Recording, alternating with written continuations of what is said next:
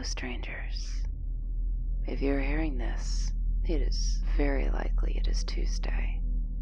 And as with every Tuesday, we have one true scary story. In this instance, it's number 78. I'm a woman, and I work as an ITIL lead. I'm an executive in a skirt suit. I have a job that requires me to oversee projects, check up on deadlines, and yes, repeatedly remind people when they blow past those deadlines. I do nothing differently than I've seen my peers do. I keep the volume at a speaking, not shouting level. I praise in public and reprimand in private, and I don't curse for emphasis. And unlike one of my colleagues, Brandon, I've never used forcing somebody onto a team so underfunded and unimportant that it would force them to quit to get out of the dead end. But all that aside, and not always, but often enough to bother me, the feedback I get is different than any of the other ITIL project managers, of whom I am the only girl. And hey, I'm not stupid. I knew having ovaries and a job of being in charge of others may mean that I would get different feedback than any of my male counterparts. At this point, being called a female dog isn't even really that upsetting, just woefully uncreative. About a year ago, a large project of mine wrapped, and a role at the next step up came available in my company. I applied thinking surely it wasn't going to happen. While the project was successful, there had been a lot of poor performance on it, and that had necessitated a lot of the ugly part of being in charge. Lots of meetings, lots of documentation, and one person who was on the brink of being let go for non-performance. Nonetheless, I applied to the job, thinking that if it did happen, for once, I would try to turn over a different leaf and put all those little tips that I'd been collecting into practice. You know those tips. Open your email with some drivel about how you hope they're having a great day. Build camaraderie with mandatory mingling events. The worst is phrasing your tasking like you're seeking their approval, when everybody knows those deadlines were set high above you. I guess I was curious. I just wanted to see if it would make a difference. Maybe for once, the feedback I got wouldn't be centered on soft skills. To my surprise, I was selected for the job. Granted, this job meant reporting to a satellite office in the next town over, but the pay bump and obvious career growth soothed the pain of an extra 10 minutes on commuting.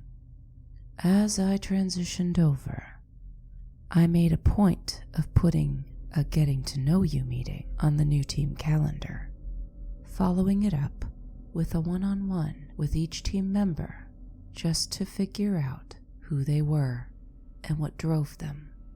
I took notes. I did pulse checks. I changed my phrasing from straightforward, like, "Where is the completed demo?" to meandering, but less direct. "Hey, how would you describe the current state of your effort on the demo? Can you lend insight to its completion? I'd love your input." None of this was hard, but it was a change from my norm, and it did take extra time. And as the weeks turned into months, something wonderful happened. No, the team did not come together into a super performer group of rock stars. No one's that lucky. But no one approached me to gently chide my soft skills.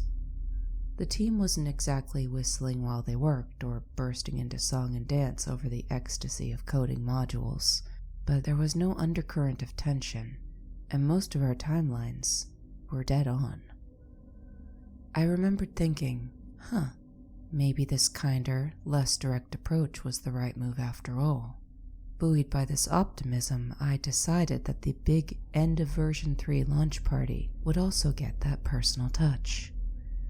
I did something I never do. I offered up my home as the venue for our party. I hosted the event, and hopefully by doing so, made my team aware that I valued them enough to have them as guests in my home. The event went pretty great.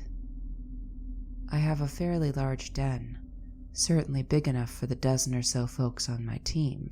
Then, thanks to my research, I was even able to snag a caterer that did keto and lactose-free for my 2 dietary restricted folks. It wasn't perfect. One younger girl, Trina, did have a bit of a crying moment in the bathroom, but not about me. Never have I been so relieved to hear that someone's boyfriend cheated on them with his kid's mom. Aside from that, as I circulated around from guest to guest, I noted no hostility, no little clutches of 2 to 3 people speaking low, snickering about how out of touch someone, me, was. All was well. Until it wasn't. Weeks later, I was walking out to the parking lot when I tripped over a bright blue notebook. I recognized the color and style. It was regular old office stationery stock. I'd found it near my car in the parking lot, so I figured one of my team may have dropped it. I picked it up, tossed it onto the passenger seat, and took it home to identify whose it was. I paged through it that night, looking for names or anything to figure out the owner, but came up short. It was a lot of bits and bobs about code, but aside from a couple dates here and there was nothing I could use to ID the author. Then I turned to a page that wasn't code. It was plainly written English. Cream-colored leather sectional sofa caught my eye, so I read on. Cream-colored leather sectional sofa with blue throw pillows. The blue striped curtains were tied back with white cords. I used one of those white cords to tie her hands, keeping her face down on the couch, my knee in her back as she struggled. My heart crept up into my throat, because cream-colored leather sectional sofa with blue pillows and blue striped curtains tied back with white cords described my den. There wasn't much more in the book. A page later, it was back to brackets and half-word code bits. But I was spooked, for what was there held more details that perfectly matched not only my house, but me. My hair and eye color on the woman getting thrown onto the couch. I flipped through the book gingerly. Coincidence or not, that page or so made the book feel dirty in a way I didn't want to touch. What fell out was a folded post-it, also in blue, but more pastel. Our company color and logo are blue, so the office managers always select a blue option when available. This was just more office stationery. On the post-it were 2 lines. One was a website name. The other, a pair of mismatched alphanumeric phrases, maybe 10 to 12 characters each. I knew the site name. It's a popular forum that has its uses aggregating news, tips, and experiences for others to read. Some of my friends loved the site, or at least spent a lot of time on it. I grabbed my phone, navigated to the site, and found the login box. The 2 meaningless alphanumeric phrases I guessed were a username and password. When I put them in the login box, I found that I was right. I clicked on the profile picture to see if the user had put in any information in their account. Even just a first name could identify who on my team had, at the very least, staged a fictional story about a break-in in their supervisor's home. At this point, I was a little grossed out, but mostly curious. Poking around in the mystery writer's profile was a bit like poking a rock over with a stick to see what shiny bugs would come wriggling out. My mind was in full rationalization mode. Sure, it was a bit weird to recognize part of my home in someone's creative work, but I chalked that up to not having had people in my house before, and the sort of indignation of having the setting disclosed and used without my knowledge. That rationalization went up in smoke. Clicking on the little avatar showed a fairly recent account that was missing personal details.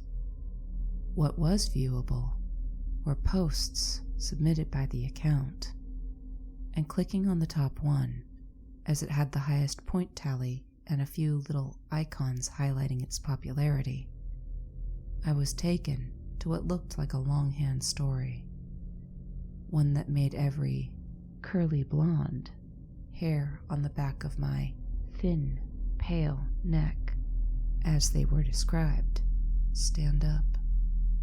For the author hadn't just borrowed the setting of my home. The woman with a knee in her back shared my exact physical description, well, spiced up with some outlandishly exaggerated measurements.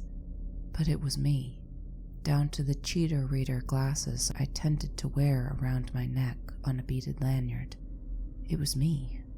She even had my name when she wasn't being called other names. It was a horror show. I couldn't tear my eyes away from reading an account of being attacked, tied up, assaulted. When the story took a turn to the gory, it involved fireplace pokers. I had to swallow back the burning spice of throw-up. I jerked my hand away, flinging my phone to land at the foot of my bed like it was red hot, scorching my skin as it had been scorched in the story. I just sat there, frozen, terrified like the sicko that penned this disgusting fantasy could peer back at me the way I peered into his messed up mind. And yeah, the story involved detail about male anatomy. I got up. My nerves were lit and jittery. I had to do something, anything. My instincts were screaming danger. I stalked through the house, doing what my sister and I call bachelorette perimeter checks. I twisted every doorknob and I yanked on every window, making sure that the house and I were safe. Physically safe at the very least. But this solved very little, because even my animal instincts knew the threat wasn't a bogeyman in my closet.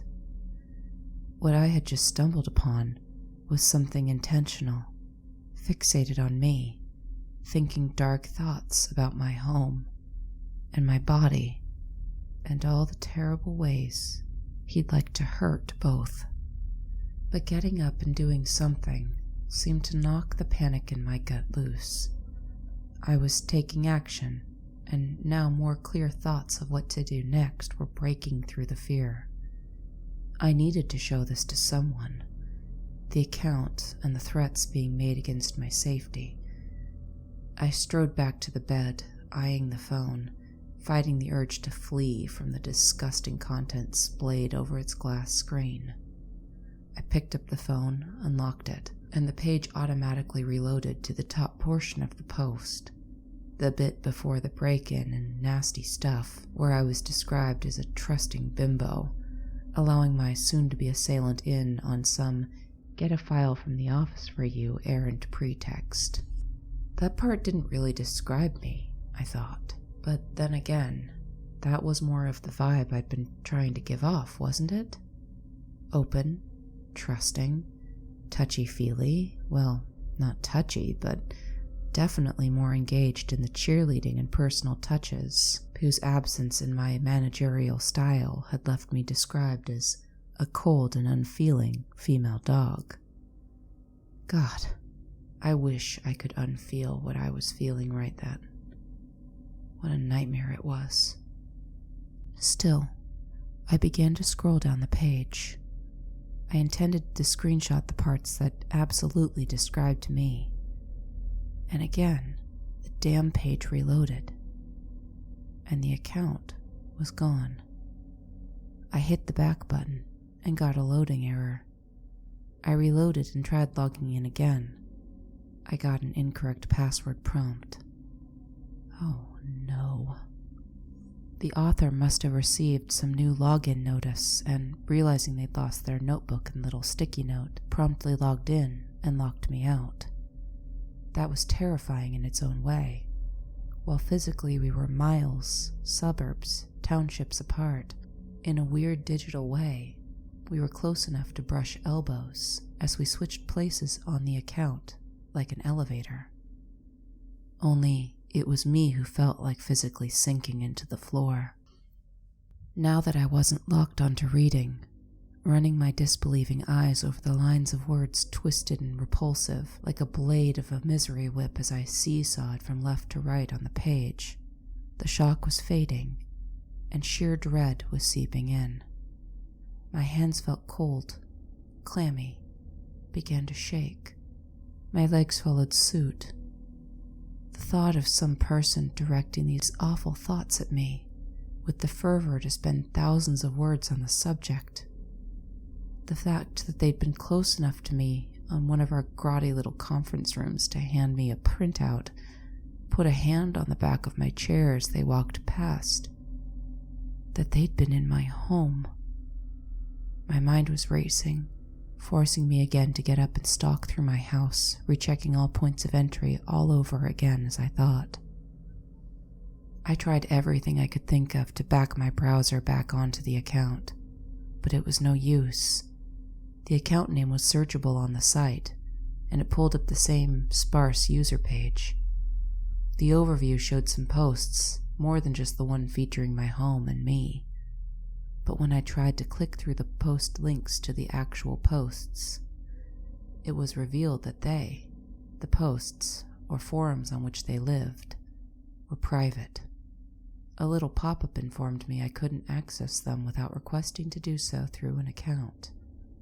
Well then, I threw together a username and password, requested access, then sat back, antsy, but with no other course of action.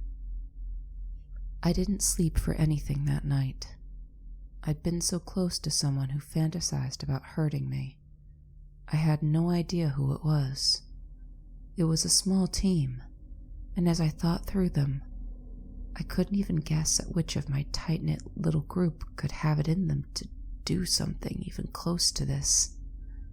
My mind kept trying to tease details, find smeared fingerprints, any whiff of a person who'd even looked at me in a funny way. But it was hopeless. The absolute irony of the situation kept crowding into my thoughts.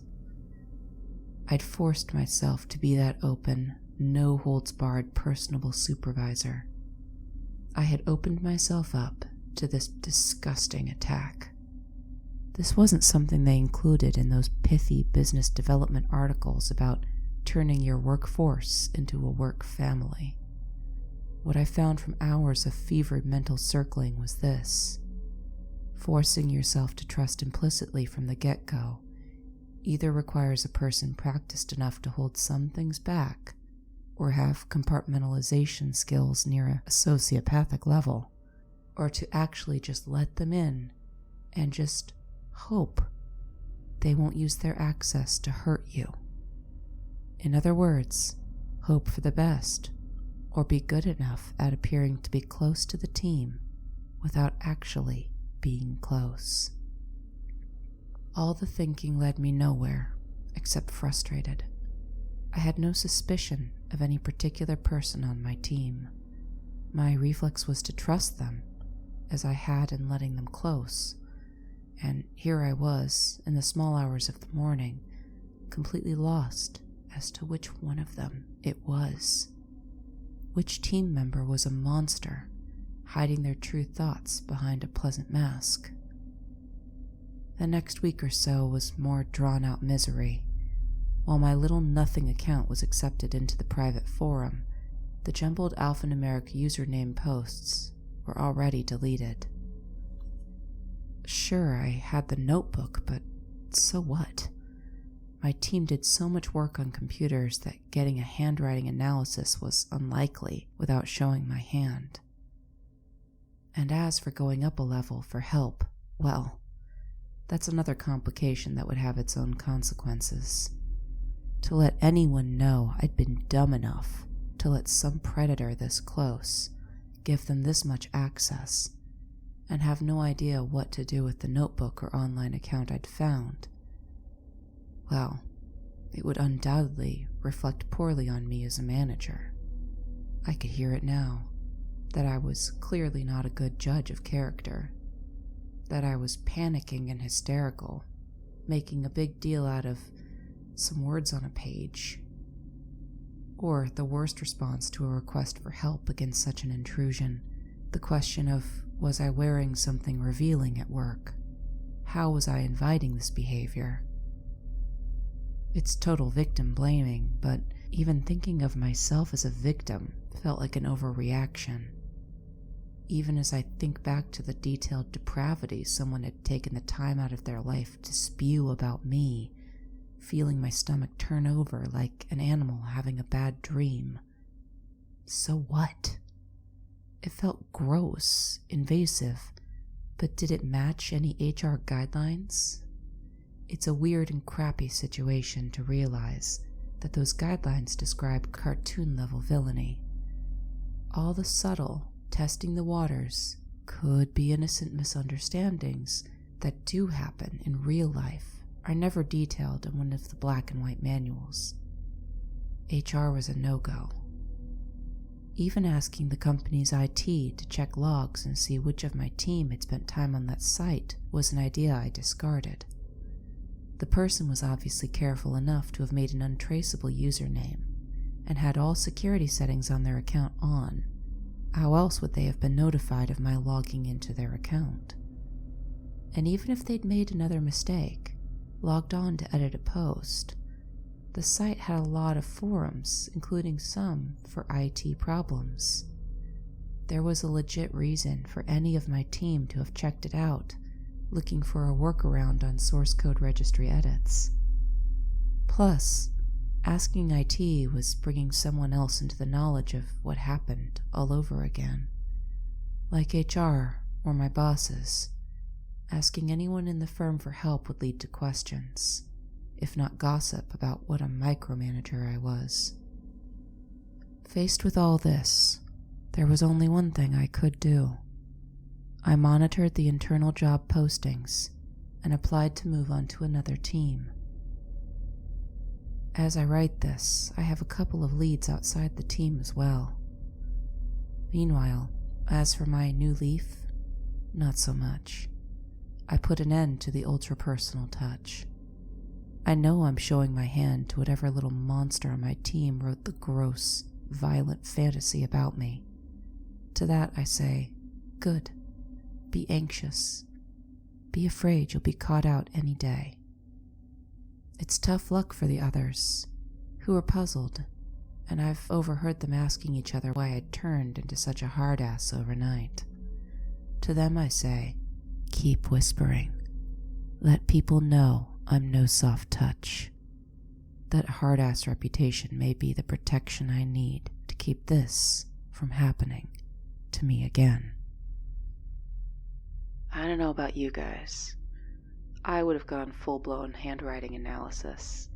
Absolutely. Because it's not about the story. They already wrote the story. They've already been super creeps, writing some weird fanfic about somebody that they know in meat space. The key is to stop them from being able to do it to anyone else. But by all means, if you feel differently or vehemently disagree, I'd love to hear about it in the comments. It's the only way that we learn. Like, comment, subscribe, turn on notifications, or say, nah, I know she'll be there every Tuesday. You do as you will, and know that I thank you for sharing time with me today. Until next time, take care, strangers.